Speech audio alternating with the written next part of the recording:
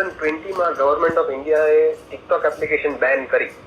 એ પછી ઘણી બધી local application, India based application launch થઈ, જેમાં મોજ એપ્લિકેશન છે, એ પછી MX ટકાટક છે, એ ઘણી બધી એપ્લિકેશન લોન્ચ થઈ.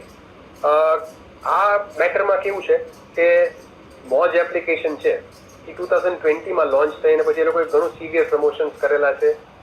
અલગ અલગ સોશિયલ મીડિયા પ્લેટફોર્મ્સ ઉપર બિગ બોસમાં પ્રમોશન્સ કરેલા છે, બધું કરેલું છે. મોજ એપ્લિકેશન છે એ મોહલ્લા ટેક પ્રાઇવેટ લિમિટેડ પ્રમોટ કરી રહી છે, જે શેર ચેટના પણ ઓનર્સ છે. હવે આ 2020માં રજીસ્ટ્રેશન માટે જ્યારે લોકોએ એપ્લાય કર્યું ટ્રેડમાર્ક માટે, ત્યારે ટ્રેડમાર્ક રજિસ્ટ્રી દ્વારા એ લોકોને ઓબ્જેક્શન રેઝ કરવામાં આવ્યા કે જે મોજ ટર્મ છે ઇટ ઇઝ ઓલરેડી રજિસ્ટર્ડ. ભાવનગરના જુગલદીપ લગદીર કરીને છે, એમના નામે મોજ એપ્લિકેશન ઓલરેડી રજિસ્ટર્ડ છે.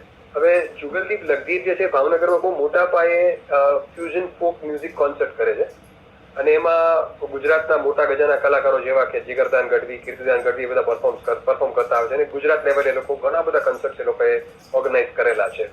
હવે જ્યારે આ રજિસ્ટ્રીએ જ્યારે ઓબ્જેક્શન રેઝ કર્યું કે ઓલરેડી રજિસ્ટર્ડ છે, ત્યારે આપણે નોટિસ પણ પાઠવવામાં આવી મોહલ્લા ટેક પ્રાઇવેટ લિમિટેડ કે તમે મોજ યુઝ ના કરી શકો, it is already registered with my client.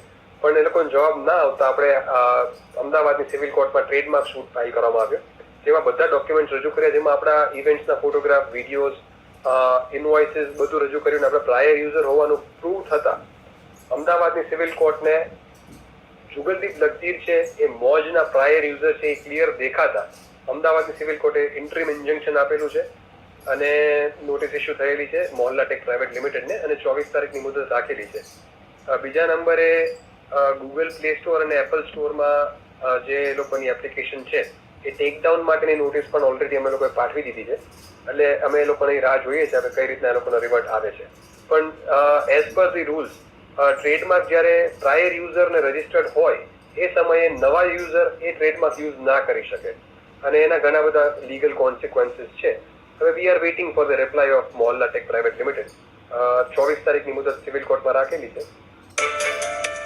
સતત 24 કલાક સમાચાર જોવા માટે ડાઉનલોડ કરો ETV ભારતને.